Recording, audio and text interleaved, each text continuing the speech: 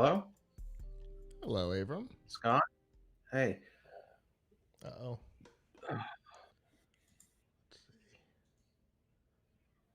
I'm not hearing you. you're not hearing me again? You sure? Oh. It's got it's nope. Hold on. Make noise. Okay, I'm making noise.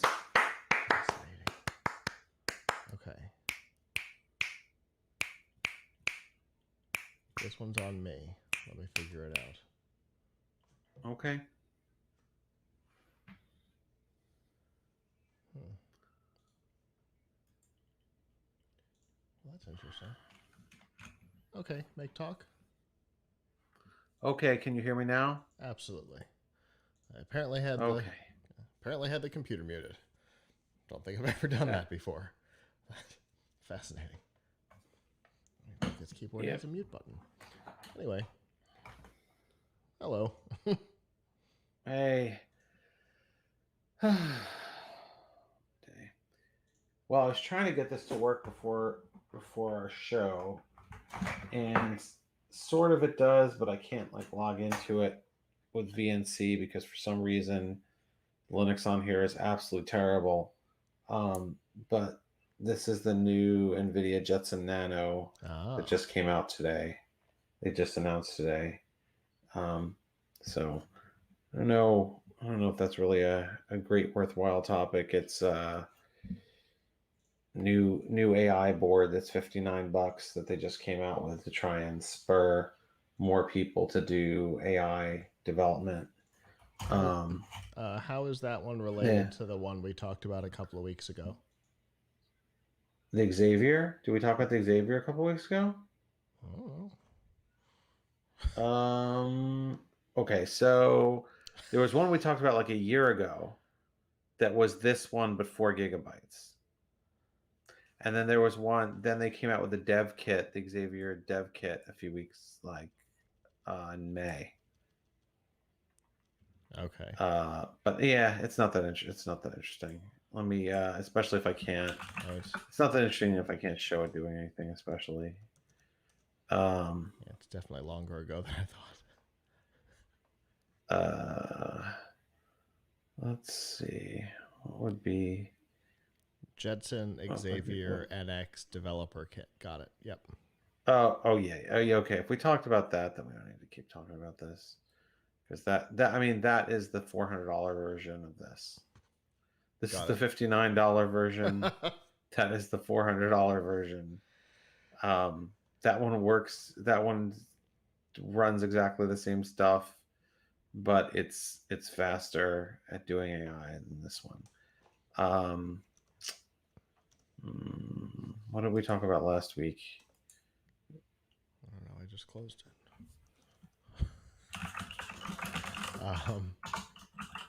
It was probably retail stuff. We did. What did we talk about the time before? Let's see. It My says Wi-Fi is here. absolutely sucking. Okay.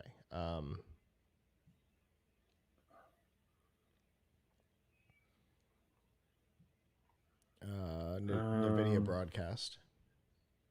all right. Okay. So we talked about Nvidia broadcast and we talked about shopping. Yep. We didn't. Um, $800 PC, toxic streaming, oh, video right. cards, $800. Okay. webcams. So the $800 PC that kind of covers the PC build story that I just did. I can't win. I can't win. Uh, I can't. I'm trying to think of all the things that I've written about lately that that makes that would make a lot of sense. And I um so we talked about the shopping stuff last week. Shopping obviously is big, but not I think. Um hmm. I mean, because I did the page of best PC builds for every price point, but I think since we talked about the $800 one, that's probably sufficient. Probably sufficient. And we talked about the lack of supply for RTX cards.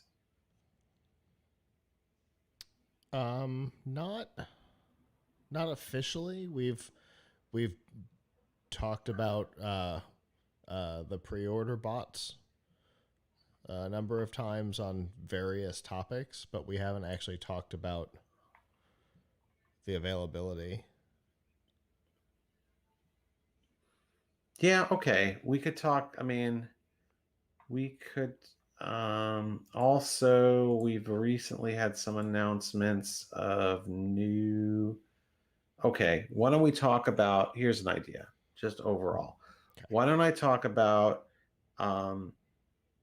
Tiger Lake RTX Tiger Lake, the RTX cards, AMD, the new AMD cards that are likely to be announced, and the new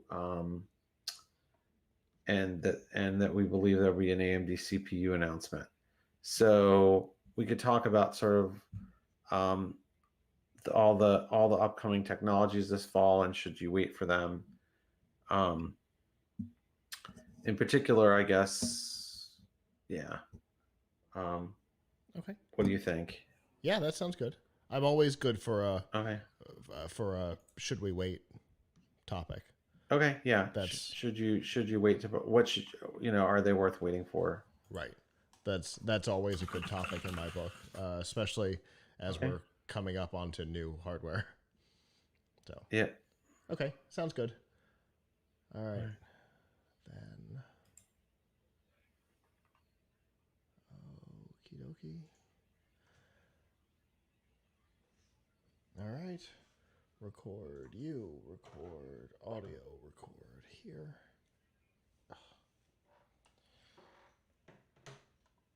All right, and away we go.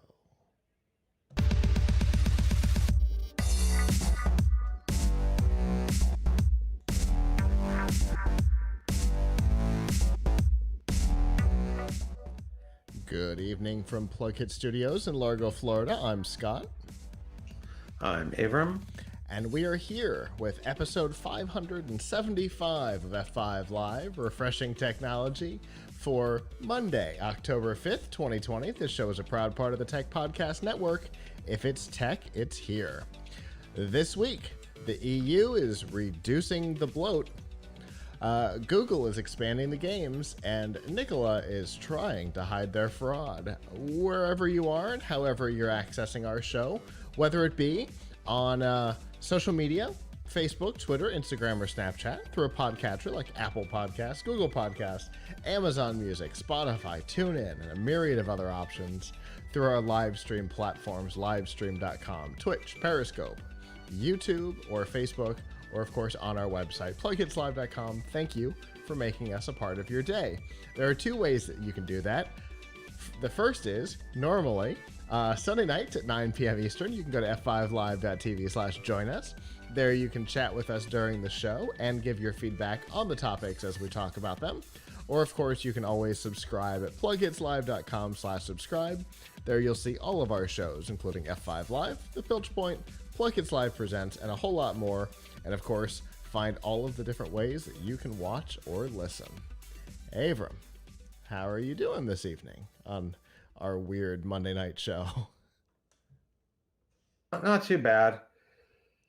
Not too bad. Working on some stuff. Just got a new board in to test. This is the new announced today. Nvidia Jetson Nano 2 Gigabyte.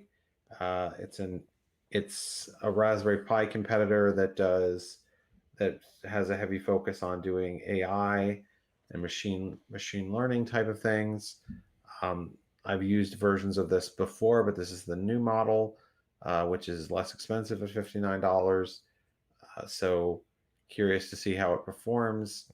But my son and I were having problems just changing the resolution so we could see it on our screen. So that was I don't know. It's times like that like I really like Linux, and then there's times like that where it's like on Windows it's just be so easy to change the resolution. You just right click on the desktop and you do it. And here it was like the font's so tiny I can't even see where to click Oh no. to open the settings. So I tried to go to the command prompt to do it, and like every single thing that I looked up on how to do it online, because there's no instructions for specifically on how to do it for this, doesn't work. Anyway, go figure. I'm going to try connecting it to a bigger monitor later and see if on a 28-inch monitor I can see the font. So anyway, it's weird. Oh, aren't computers fun? Yeah. But like you always say, if everything always went right, Yeah. we wouldn't have anything to do. Yeah. So. Yeah. I mean, you got to, I mean, the thing though is I'm kind of, this is a frustrating type of error because it's not like it's probably some kind of easily changeable thing and people aren't buying it for the font, aren't buying it for that, and maybe because my fault for what screen I used and whatever. So it's not really actionable on my part. Like I'll try to fix the problem, but it's not newsworthy, right? Like I like it when there's a newsworthy problem, right? Like, oh yeah, this thing is totally promised to do X, but it can't do it. That's a newsworthy problem. Me not knowing how to do a particular thing in Linux that somebody else might not need to do because maybe they got a bigger screen that they tried it on or whatever, is not newsworthy. So we will see. But it's good to see that that Nvidia is getting into a lower price point where people might be able to actually do a little bit more AI. You can do AI on a Raspberry Pi, but these are supposed to be quite a bit faster, and that for things like object recognition, and that could make a difference for many types of projects. Yeah. For example, and a piece of hardware at that price point makes it way more attractive to be able to be built into a thing and stuff like that. There's a lot of benefit there. Yeah.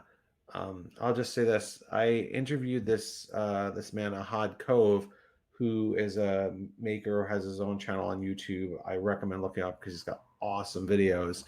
That's Ahad, Ahad, Kove, Cove. Anyway, I interviewed him on a show of mine last week, and he was talking about how he used the big brother of this, the Xavier NX, to detect when the garbage truck is coming down his street. And then it sends a message to his garbage can, which has a Raspberry Pi inside and motors that he built, and it will drive to the curb so that it meets the garbage truck. So the garbage truck will pick it up and dump the garbage.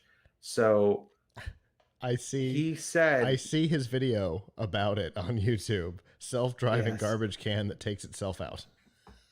Yes, it's awesome. So if you watch the video, he said he could use this, but it wouldn't be quite as fast. He uses the Xavier NX, and he has it pointed out like a webcam attached and pointed out his window, and it knows when the garbage truck is coming, and he did all this stuff to train it.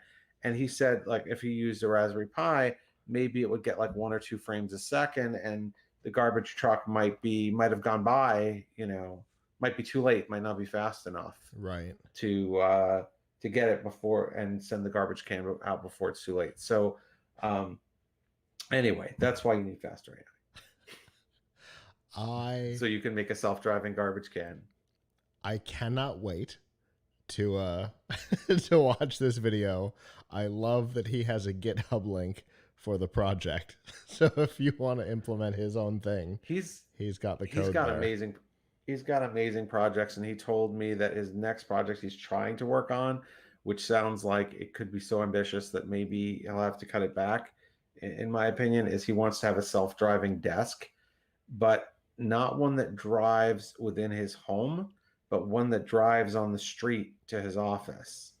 Okay. Um, So that's like like a the self-driving car. like the Melissa McCarthy, Sean Spicer thing that she took around New York for Saturday Night Live.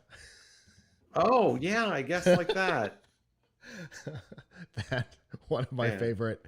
Oh, SNL's been a lot of misses lately, but that one was a yeah, huge hit for me. yeah, That was funny.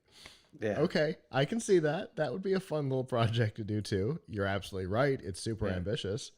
Uh, but yeah, I'm yeah, looking at his channel. He's got all kinds of cool stuff. yeah. Really, really cool. So, I'm looking forward to using this opportunity to learn more about object recognition because I really don't. Every time I try to learn, uh, I get really confused. Um, but Nvidia is putting out some new tutorials, so maybe that they will help me. I get really confused about all the different things that you need to know to make your own model in AI so that you can, rather than downloading a pre-made one, which is boring and just, great, it can tell I'm a person, wonderful, but who cares? Like it can tell the difference between me and my son, or it can tell something really, really specific. Um, Yeah, that's what I like to build. that that's one of the things that I have also been intrigued by, but have not engaged in because I tend to not have enough time to mess with stuff like that. But I'm I'm intrigued by it. I've been involved in a SOCOM project where we did audio training instead of video training, but it was still object recognition. We were, in particular, we were listening for the sound of a drone in audio across just normal everyday sound, and so training is definitely interesting, but visual training definitely more complicated than. Oh, that's a drone. Well, I cannot wait to check out this channel. There's so much fun stuff. So thank you, just on that, Abram. That was. Mhm. I'm looking forward to that. Was he on the show this week? Yes, he was on the podcast, the show that I do on Tuesdays. He was our special guest. Um, so yeah, we have some really fantastic guests on our show. For sure. I have not. Normally, I watch live, but I was big into client stuff on Tuesday, so I didn't get a chance. So I that's on my list of things to do. So I will check that out and then check his channel out. So thank you on that. Um, in Plug Hits Live world stuff, we've got Roboticon, whatever we end up calling it. Let's say Roboticon at home coming up in a couple of weeks, which we're pretty excited about. We're going to do across a couple of weeks, a couple of weekends. We're going to do some First Tech Challenge, remote competitions, first robotics competition, remote competitions. Ooh, that's hard to say.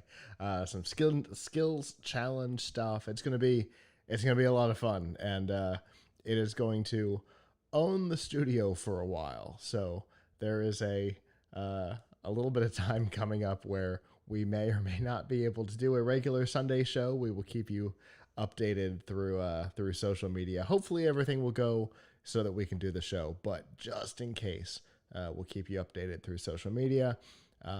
But since nothing else is really going on right now, let's get down to some news.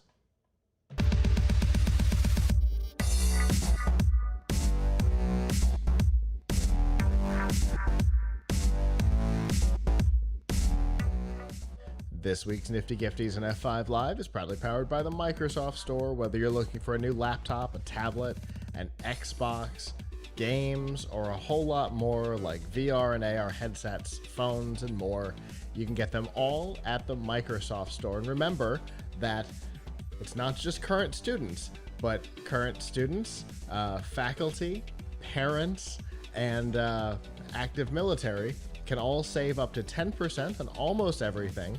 And you can find out about all of that by going to f5live.tv/Microsoft. I like that expansion to teachers and parents. Anyway, not what we're going to talk about. Let's talk about bloatware. It is something that has plagued computing devices for as long as we can remember. Laptop and desktop manufacturers loading the actual desktop with all kinds of apps and things that you were probably never going to use. Most of them have been easily removable, with the exception of maybe Norton antivirus trials that seem to get stuck in the computer for all time. But they've always been annoying. You get a new computer, you turn it on, and you spend the first hour having to uninstall garbage that came pre-installed so that you can clear up some space. Obviously, bloatware is not exclusive to computers. It came over to mobile devices. Definitely, when you think of bloatware on mobile devices, most people tend to think to the Android side of things because the manufacturers all put their own things on, and then you have the carriers that put their own things on top of it, which is absolutely obnoxious. But Apple has the problem too. It's just most of their stuff has their name on it. But it's just, they come with so much garbage that you have no interest in. And one of the problems has been that a lot of it cannot be removed. Apple, over the last 18 months or so, has done a lot of work to make a lot of their pre-installed garbage uninstallable, but everybody with an iPhone knows that they have a folder called garbage where they dump all of the stuff that's not uninstallable. On Android, you actually have apps that can't be removed. I've got a Galaxy S10 that is configured for AT&T. And AT&T's got some sports thing on there I can't get rid of. There's about a dozen apps. Can't you disable it though? I can disable it, but it's still going to be in the list. And I thought disabling takes it off the list. I don't know. We may have to talk about that. Does it clear up your space? Probably not. It's still going to be installed, right? No, but what it would do, and I haven't tested this on the latest Android, but what it should do is I think the icon would disappear from your drawer, and it would not try to update itself. Okay, well, at least there's that. It would not run in the background, because there's a lot of apps that you don't think are running in the background that are running in the background. Yeah. When you look at what's in your memory, that sports app might be eating up a little tiny bit of memory. Oh, it absolutely is. For something you never, ever use. So, if you disable it, at least it can't zap any more system resources. That's good. And and possibly bandwidth with trying to pull RSS feeds and stuff in the background. Yeah, right. So, you stop that, but it's still there. To be fair, it's still there, but it's not. Most of the apps that they install on these are not using that much of your storage. True. Maybe are they using what, 50, 100 megabytes? I think the sports one's 180. And I think it's the biggest one I can't uninstall. That's annoying for sure. But how big of what's the storage on the lowest storage you'd get on the S10? 64? 64. Something like, yeah. So, does it mean 1 gigabyte out of your 64, or maybe a lot less than that, is wasted on stuff you can't get rid of? Yeah, but the disabling process, even I didn't know about it until just now. Yeah. So a lot of people must not know that that's possible. If I didn't know that I could do it. Yeah, look, it's not ideal. You should just be able to remove it. Period. Right. And the EU is working to make that the reality. They want to make it so that pre-installed apps, obviously minus the core essentials, right? Your phone app, your text app, your contact app.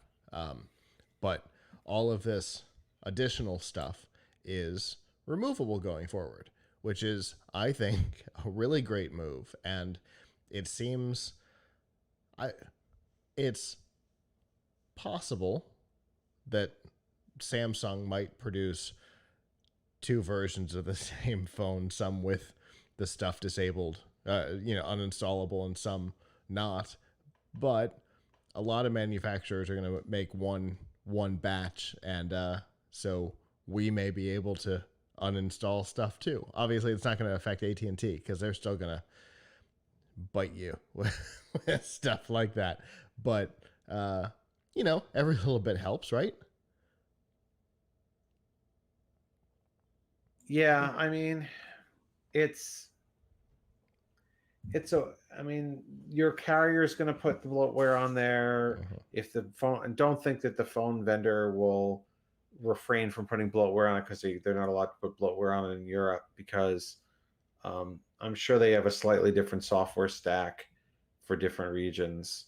So I'm sure that, I mean, for the United States, if like you had one state like California outlaw it, then maybe it'd be like gas standards where California fuel economy standards are uh, drive the whole nation because they don't want to make two versions of the cars. Right. Um, but I don't think that until that's going to happen. until 2030 or whatever, when the car companies probably will stop selling in California. But that's a whole different conversation. Yeah, I mean that's another story. But anyway, um, yeah.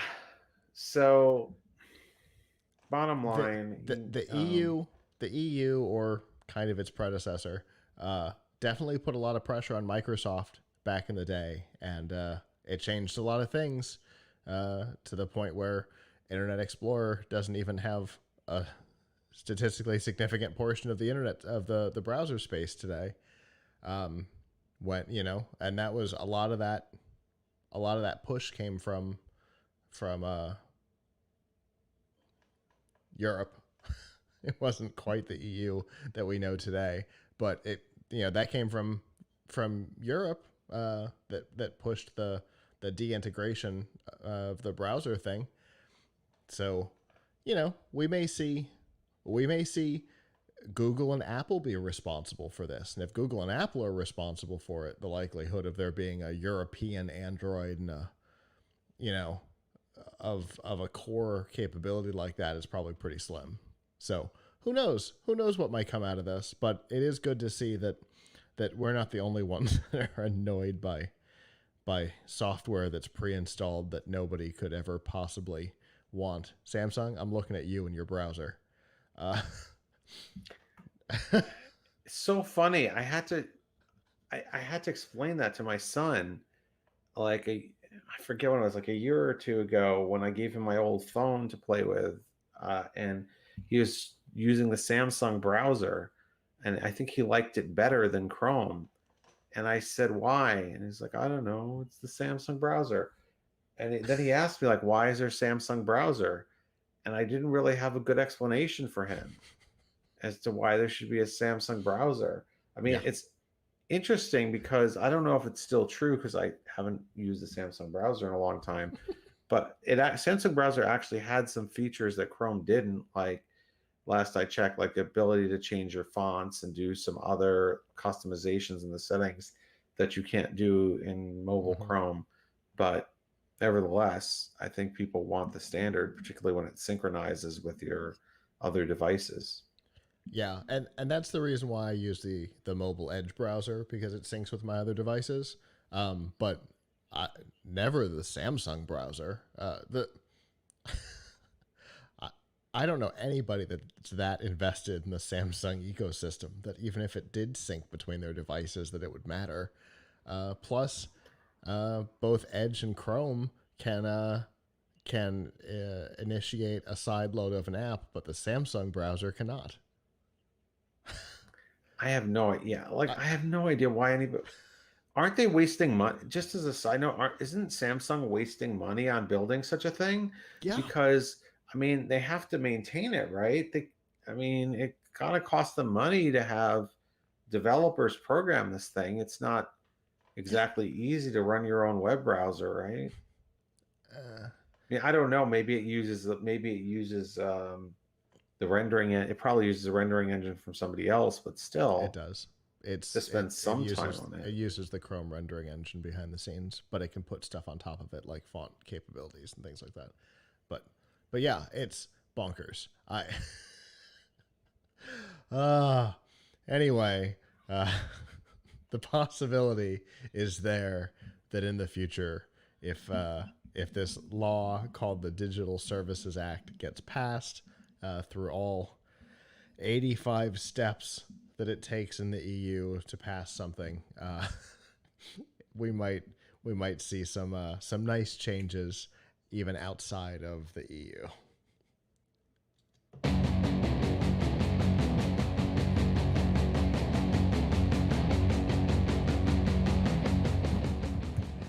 This week's Pilch Point with Abram Pilch is proudly powered by PureVPN. The best way to protect your privacy online is with PureVPN. You can hide your online activities, say goodbye to regional restrictions, and improve your streaming quality. Plus, it's available for almost all of your devices, and you can get a special price and a 31-day money-back guarantee by going to pilchpoint.live/PureVPN.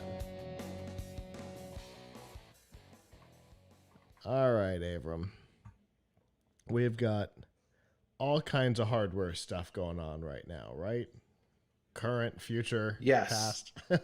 yes. So there's a lot going on, despite the fact that a lot of people have been at home for working from home and going out less the last many months. Things are still heating up in the hardware space with a lot of new hardware coming out.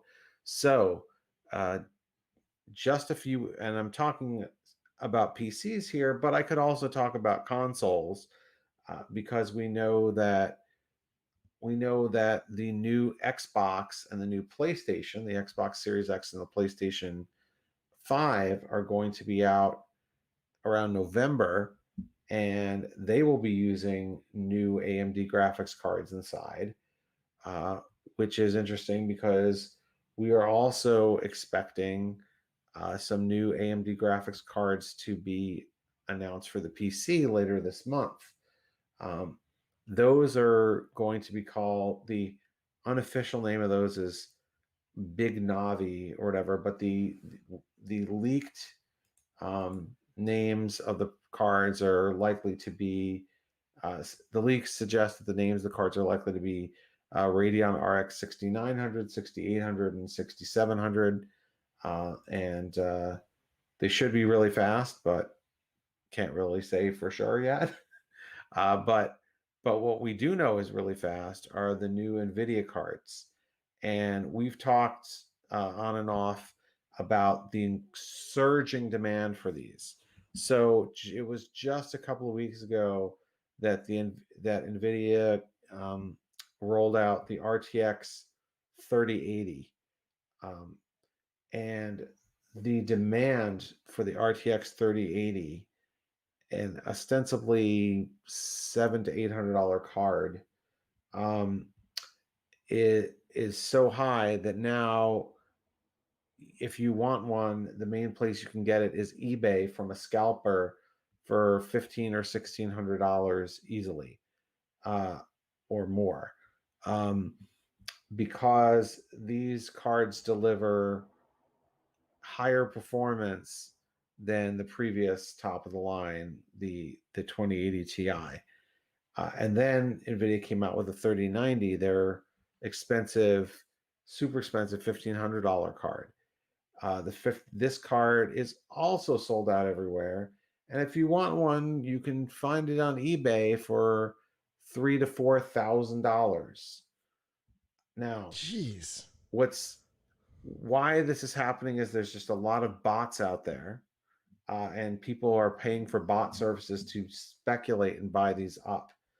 But um, interestingly, just today, NVIDIA CEO Jensen Huang was asked during a Q&A, because NVIDIA is having a conference now, the GTC, whether when the supply is going to get better, and he said it's not a supply problem, it's a demand problem, that there's so much demand for these new cards. And they haven't even come out with the 3070, which is going to be the $499 card that is supposed to, even be faster than the previous gen top of the line 2080 Ti card.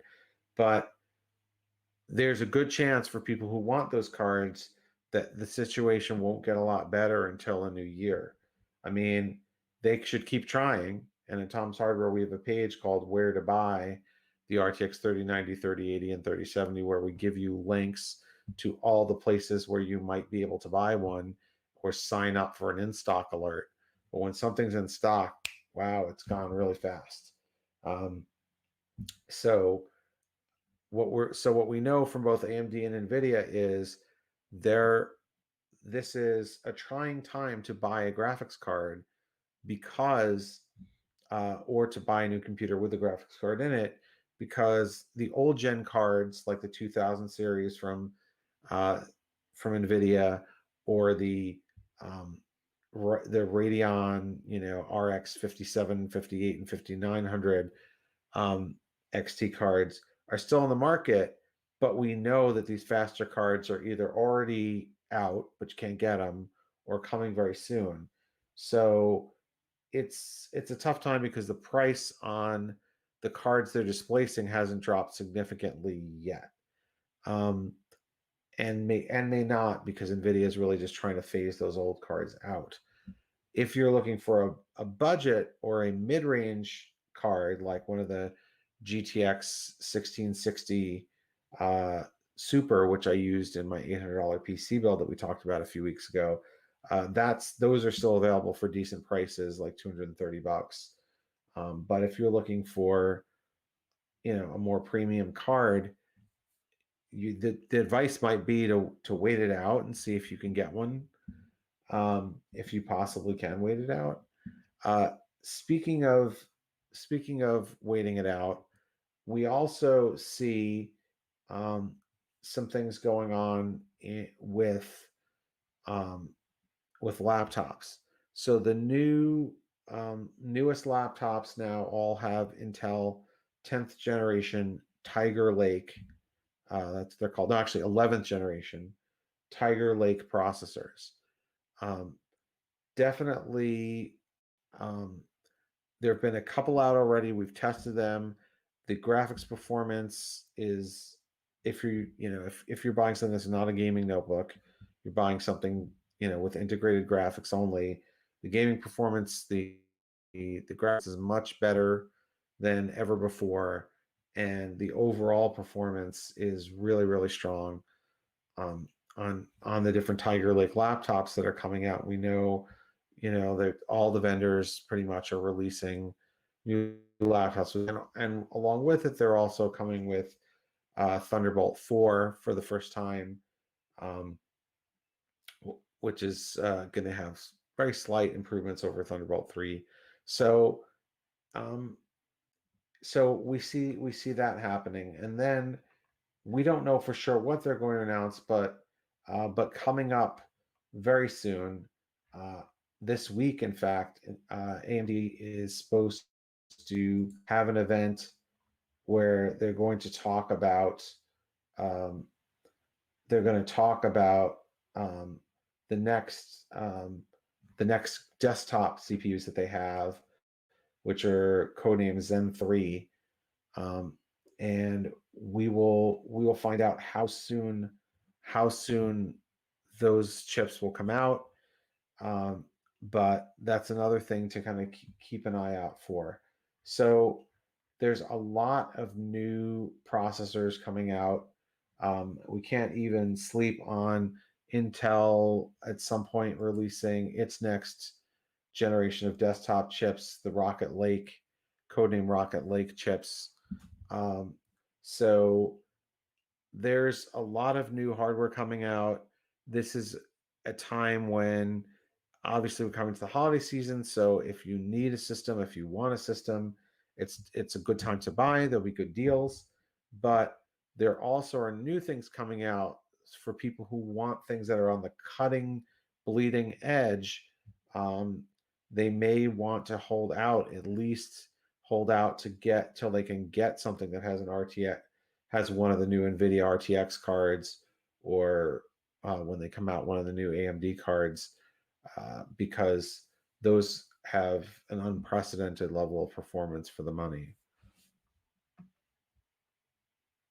So in general, what we're saying is, if you're a bleeding edge kind of a fan, now would be a good time to hold off. I mean, if you can get it, Sure. what we are seeing is that you may have a better chance of getting a system with the RTX 3080 in it than buying the card. So if you want to buy a pre-built desktop, you may find some pre-built desktops with with them your way. Um, Not an easy way, and maybe an easier way. But yes, it's a challenge, and the challenge may continue for quite a while until stock normalizes it. Whether it's a demand problem because demand is so high, or a problem of people scalping it, or the company's not producing enough, is anybody's guess. But the end result is the same. It's hard to get a hold of some of these things, and this is also the same thing is happening with the consoles. I think people are, some people manage to get in on the pre-orders for the new Xbox, um, and for PlayStation, but those are also going to be very difficult to come by. Yeah, for sure. Like we've talked about over the past couple of weeks, both Microsoft and Sony saw big pre-order inventory issues.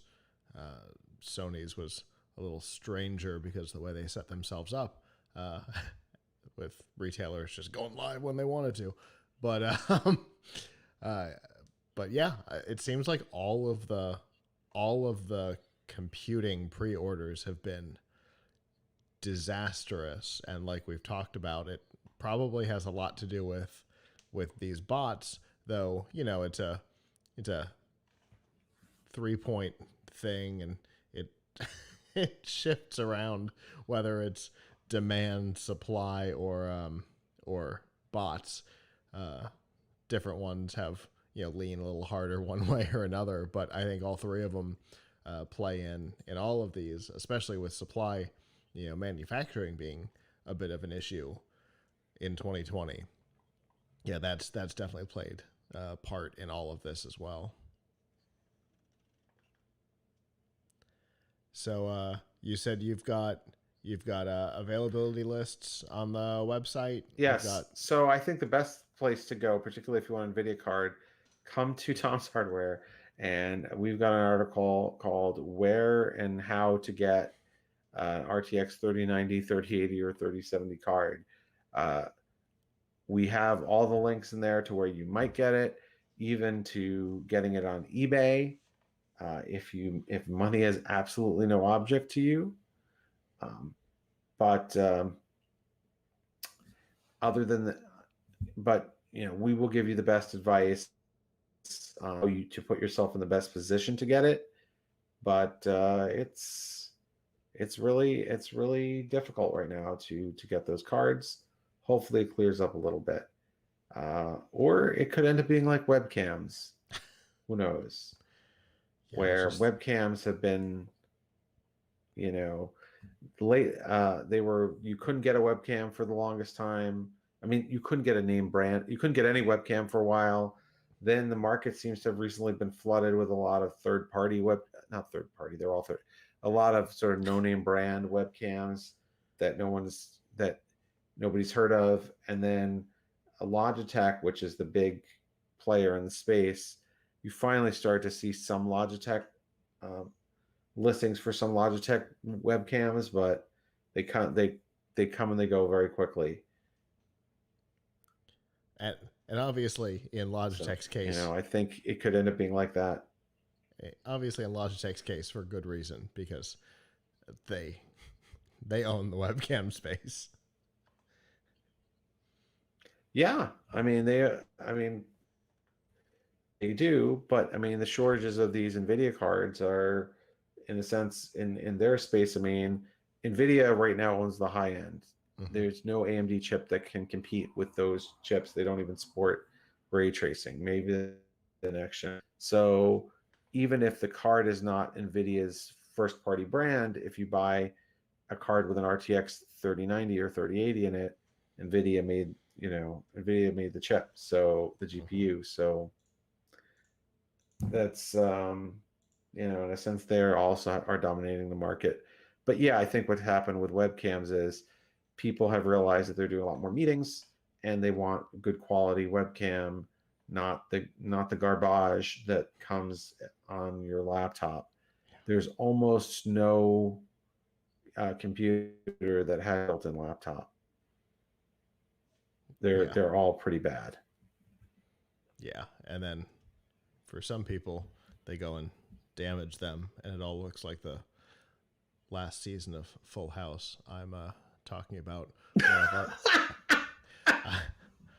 I'm talking about one of our hosts, Marissa, who managed to dent her built-in webcam, and so everything has this bizarre soft focus to it until she gets right to the edge of the screen, and then it clears up. That's weird. My webcam has been broken pretty much since I got this laptop 2 years ago, and I never wanted to bother to send it in to get fixed because I just wanted to be without it for a few weeks, and I just almost never use the webcam. Every now and again, though, I'll be sitting on the couch or something and wish that I had the built-in webcam just for that kind of occasion.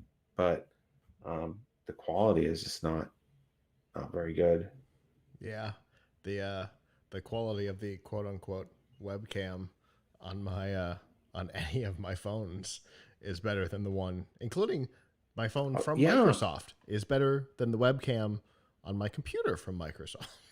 Yeah, they just don't try. They don't even really try. I mean, if companies spend like that would be something that a company could really crow about. Like, look, we've got a really good webcam on our laptop, and especially now, they don't try. Yeah, today in particular, they could really differentiate themselves from the pack if they had a decent webcam built in, just even decent webcam built in, versus the absolute garbage that is on most laptops. At least we've gotten away from the up the nose webcams. What a stupid idea. Anyway, poor quality and weirdly placed. Anyway, obviously, we're seeing, like we're saying, we're seeing a lot of hardware shortages, and then new products coming, which, like we said, honestly, like we said when the Sony pre-order thing happened, we said anytime a new product comes out, things get a little weird. And one of the weird things is that you can't always get a hold of them at launch, and right now it's worse than ever. So definitely check out Tom's Hardware for some places that you can get it. And as always, Avram, I appreciate the topic, and I look forward to what we talk about next.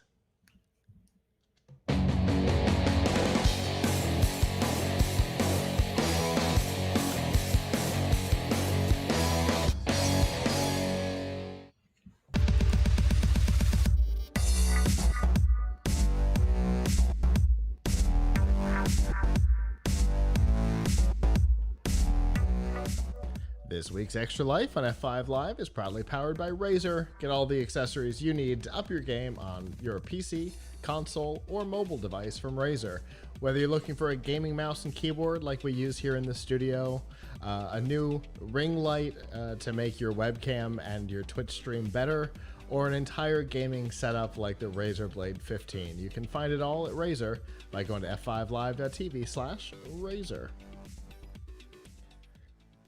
So it's been a little over a year since Google first tested their Google Play Pass subscription service, which was nearly immediately copied by Apple in the Apple Arcade.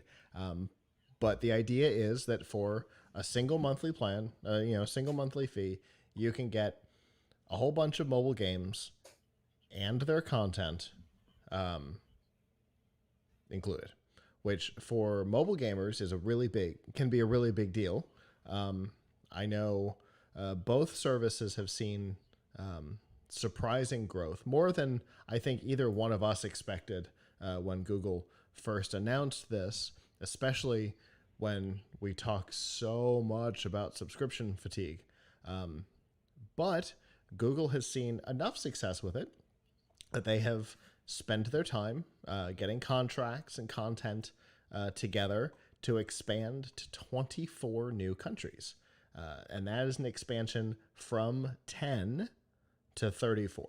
So that is a huge expansion of the service. And it's not an easy task because it's not like the 100 games that are available in the US are the same games that will be available in Germany, because those games may not be in German. Uh, they may not have content in Germany. You know, you may not be able to play certain things because of exported technology in Spain. So to be able to expand at all is impressive, and to have put the resources behind 24 new countries definitely shows that Google is 100% behind this subscription service. What do you think? Yeah, I mean, obviously they would love to have more subscription revenue. I mean, it. I don't quite get the appeal because, I mean, I still I look at some of the list of some of the games that are on here, and these are all primarily mobile games. I mean, I think they're all mobile games. There's Mhm. because it's for your phone, so it's not like Stadia or something where you're getting to play a PC style game on your in the cloud on your phone, which I think that could have value. But I mean, are they at least going to fix it so you don't have to do in-app purchases, or I'm assuming you still have to do in-app purchases? No, that's kind of the whole thing. Is that the whole content of the game is unlocked for you, as opposed to having to purchase internal stuff. So if you look at the Mario, oh, I can't remember what it was called. It may not be one of the games, but as an example, the Mario game only had like 3 levels that were free, and then you had to purchase more. If it were available in Google Play Pass, that wouldn't be the case. You'd have all your content. I see that there is a Sonic the Hedgehog game, which is probably a similar business model for them. So if it's a paid game, you get it for free. If it's a free game with in-app purchases, those are included. If it's a paid game with in-app purchases, those are included. And one of the things that's kind of interesting is that while Apple's is like 100% focused on gaming, the Google one's not 100% because I think the Photo Studio Pro is part of the subscription. So there's other things that have in-app purchases that then get taken care of, which I think is if you're a big mobile gamer, obviously you or I would be more likely to, lean towards something like Stadia or the Xbox game streaming service. But for people who are primarily mobile gamers, this could be there's enough interest here that Google spent their time and resources to go, build up a catalog in other countries, which I don't think they would do that if the reception had been lackluster, because it's not, they've got to build contracts to be able to pay the developers based on whatever the weird rules are on what you have and have not downloaded. Obviously, the developers are getting paid off of this subscription in some way, shape, or form. So, getting the legal team and the sales team all on board, it can't be a cheap process to bring new countries on board. So there must be enough interest in it to have done it. Yeah, I mean, obviously people are buying it. I mean, it's continued. It shows the power that people still, are willing to pay for game services at home, and then they'll pay for a mobile game service, and they'll pay for streaming. I think we're all going to need like a UBI or something like that just to pay for streaming services. We're just going to need, you know, we're going to need like $1,000 a month or something just to pay for streaming service, just to pay for different subscriptions, right? Because everything is a little drip, drip, drab of money coming out of you. Uh-huh. It's like, yeah. So we talked the other day about DC Universe Unlimited. Mm-hmm. That sounds pretty good, but maybe you want the new HBO service.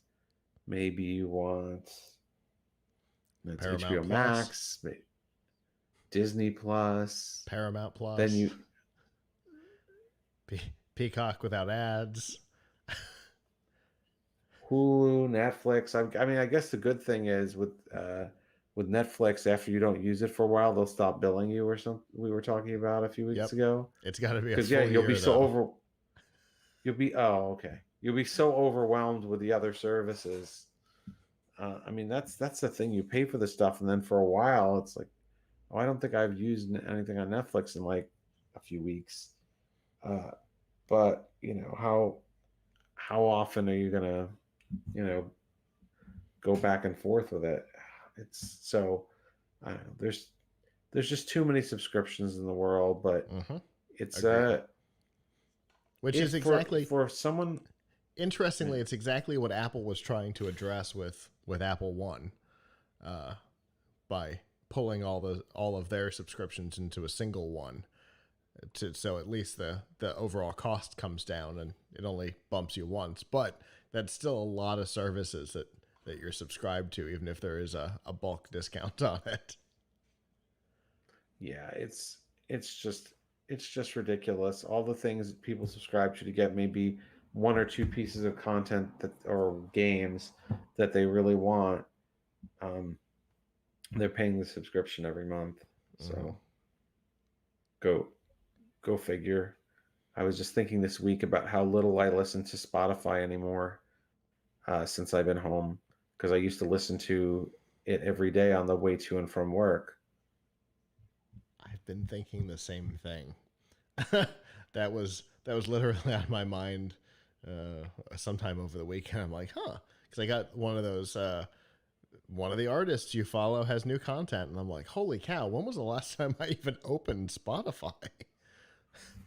Yeah, seriously. So I don't know. Maybe save your money and use it for a graphics card or a webcam. Or if you're a big mobile gamer, possibly Google Play Pass.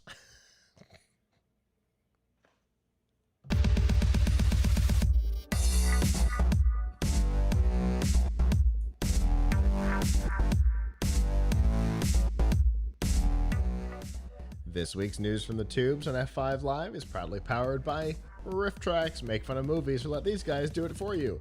Mike Nelson, Bill Corbett, and Kevin Murphy, the former stars of Mystery Science Theater 3000, are back and doing what they do best, creating commentaries for Hollywood blockbusters and B-movie oddities. It's like watching a movie with your funniest friends. And to find out about all of the full-length features, the short films, the TV episodes, and more, you can go to f5live.tv/rifftracks with an X.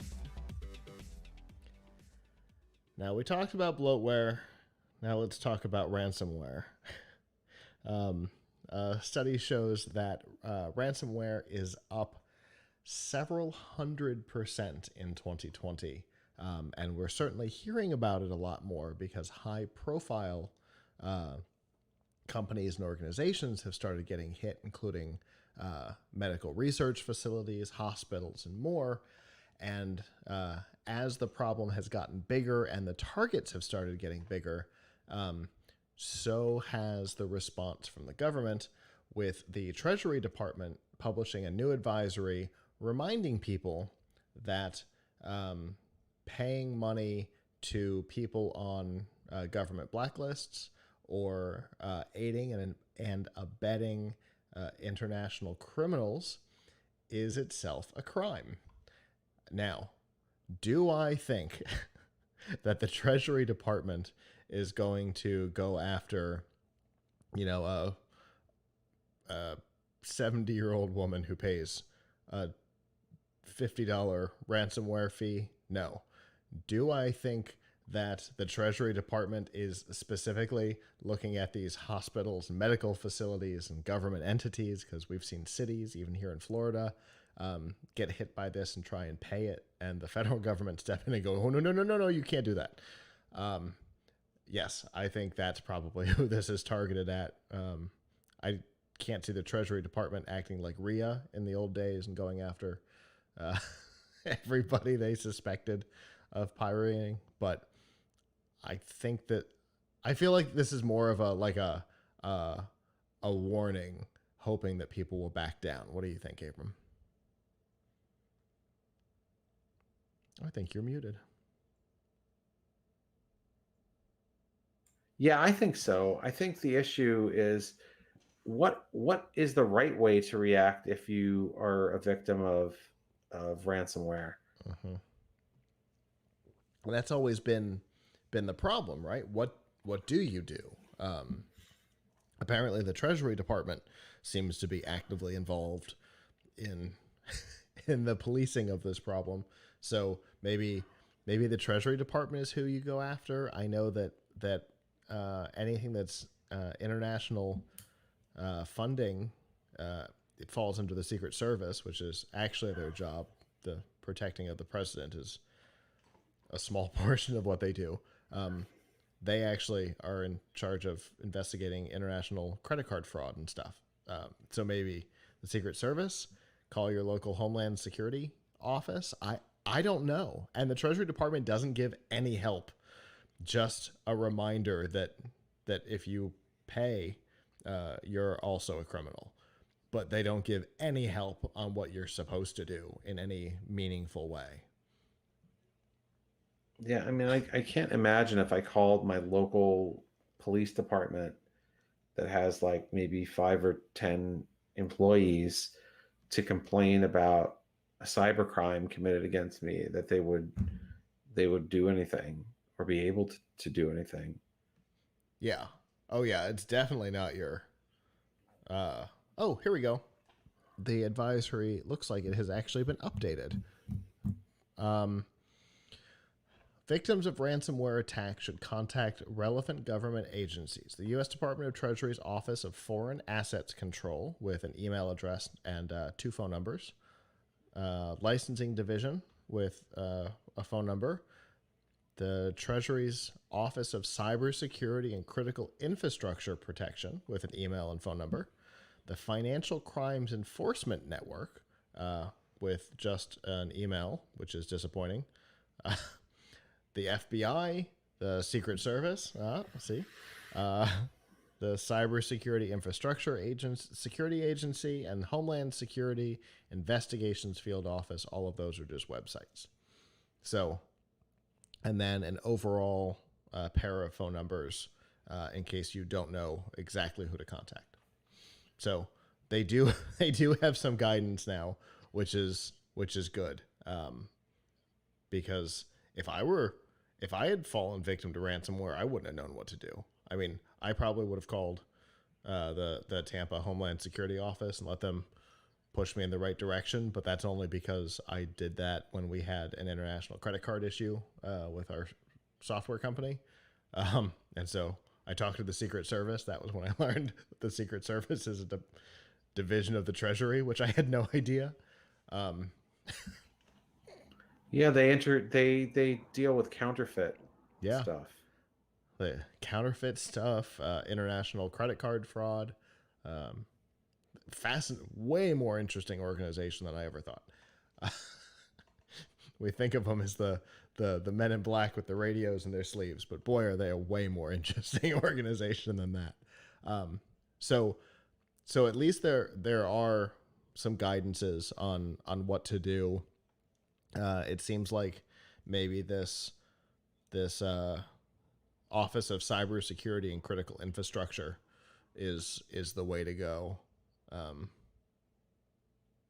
based on the names of the organizations. That one sounds the most relevant to general security for this stuff. But it definitely feels like this is targeted specifically at those big organizations that are potentially paying,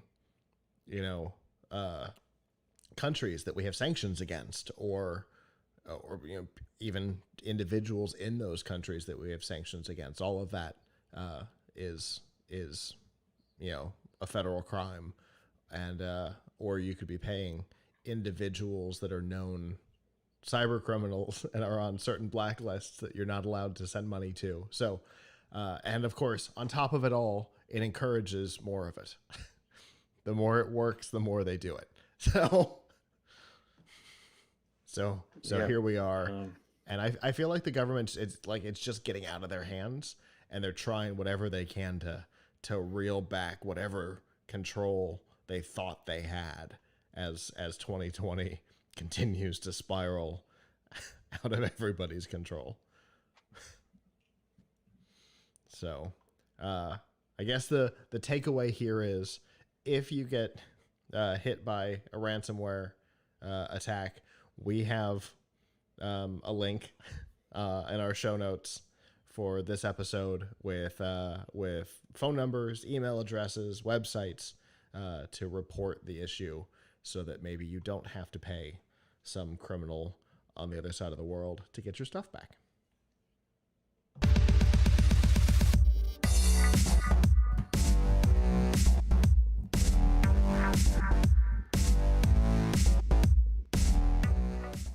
This week's DRM Not Included in F5 Live is proudly powered by Amazon Prime. You get free shipping, and we have a Prime Day coming up here in just a couple of days, but that's not all you get. You get free music with Amazon Prime Music, free TV, movies, and documentaries with Amazon Prime Video, free games, and a free Twitch subscription with Amazon Prime Gaming, and a whole lot more. And to learn more about your big benefits, to get a 30-day free trial just in time for Prime Day if you're not already a subscriber, or links to give it as a gift, all by going to f5live.tv/prime. Now, if you have not been following the bonkers story that is the Nikola hydrogen fuel cell vehicle company, you've been missing out, because over the last couple of weeks, some crazy revelations have happened, including that nothing they've ever shown has been real.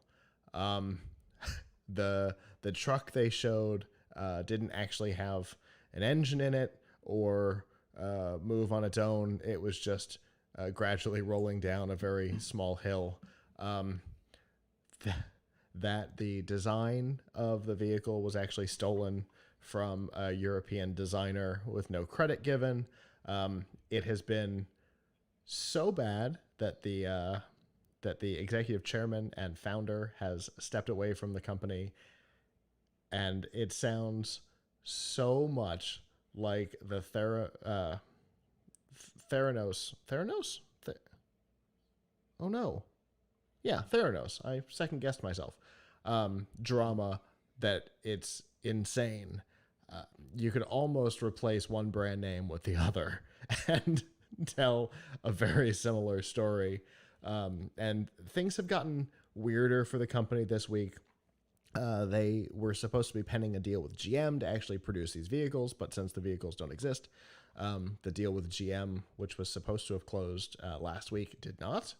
And there is no timeline for it to happen. GM said they are reevaluating the situation, which is obviously not a great situation for anybody who's put money into this company. But here's why it's a media topic and not a gadgets topic. The primary thing that has been in the center of all this controversy has been this video that they showed. They used it to get consumer support. They used it to get financial support. investors, and it's even how they got the GM contract, has been this video of the truck theoretically driving down the road. In fairness, at no point did they claim that it was a real truck or that it was driving. But it certainly suggested that it was not just gradually gliding down a hill. And so a lot of people have been talking about this story, as you would expect. Investors from small time, YouTube personalities up through big companies like the Motley Fool have all been talking about this fraud and whether or not the SEC will get involved and all of that. And so, of course, in the course of commentary, they have included small clips of this video that is at the center of the controversy. Because of course they have. Well, Nikola has decided that the best way to handle this is to issue DMCA takedown notices on YouTube. And so investor sites, news sites, tech organizations have all been having videos taken down on YouTube because Nikola has been inappropriately and potentially illegally issuing takedown notices on these videos. As if their troubles weren't enough, right, Abram? Yeah. So what's sad though is it has a chilling effect on free speech, because if you have a DMCA takedown notice against you, then you get a strike, and strikes, enough strikes, and they'll demonetize your channel. So you don't want to get a strike. Yeah. Three strikes and they'll take live video away from you. So in this particular case, there's a YouTuber, Sam Alexander, who had 3 videos struck because of inclusion of this short clip, which totally falls under fair use. Obviously, he's fighting them, and if he wins the fights, the strikes will be removed. But with just this topic, he's lost live streaming. That's it, gone. And there's nothing he can do about it until this is resolved. Yeah, well, it surely shows you the arbitrary nature of the problem of how YouTube does these complaints. I think the issue is, like a lot of things that companies do with moderation, it's funny because we were talking the other day about how on the flip side, people are accusing Twitch of not being aggressive enough about moderating hate speech. But here you have, when it comes to DMCA, takedown requirements are very aggressive because those are people with deep pockets, with lawyers. So YouTube will always come down on the side of the copyright holder. So I don't think that whoever is investigating this stuff is well trained in fair use. Plus, fair use is a defense in court. It's not. So, like, YouTube doesn't really have a stake in this stuff staying up, right? Like, what do they care, right? They just want to get the complainant off their back. Mm-hmm. They don't want the complainant to take you, especially when it's a big brand, right? I mean, you could argue whether or not Nikola is a big brand, but high profile brand. Yeah, we'll go with that. But someone who can afford a decent lawyer putting in a DMCA takedown request. Well, wait a second. I don't know who they paid it to look at these requests, but it's probably not someone with like a journalism degree or a legal degree looking at these things saying, oh, I wonder whether this is fair use or not. There probably is just a knee-jerk reaction. Okay, somebody complained. look, this actually happened. Mm-hmm. The content actually is there. The context of it is, we're not looking at the context. Someone complained, content was there. There wasn't a blatant lie. Make it We're go. Make it go. So that's it's very unfortunate. But YouTube is not a site that is. I mean, no business is like that hosts video or hosts audio or hosts text. Really wants to be in the business of defending fair use claims. True. That's the reality. So if you're now, one would think that it was obvious that this was commentary, but I think Who I knows? think It may not have actually been looked at. It might all be, a lot of it might be automated for all we know. And so context is irrelevant. Maybe it's just doing, similar to what Facebook did when people were putting those videos up that were just static images, trying to mess with the algorithm. So Facebook started doing frame analysis. Maybe that's all that's happening here. Maybe they're like, oh, yep, there's definitely 30 seconds worth of frames that are duplicated between this video and this video, and the first one is the owner of the content, so let's take down the second one. But if that's the case, then it seems like maybe strikes shouldn't happen until after a period of time, or so that you can put in a counter. And a strike doesn't apply until a counter is struck down. Something. It seems like there's a lot of room for growth on the policing strategies here, because, like you said, strikes are a huge deal. We know all about them.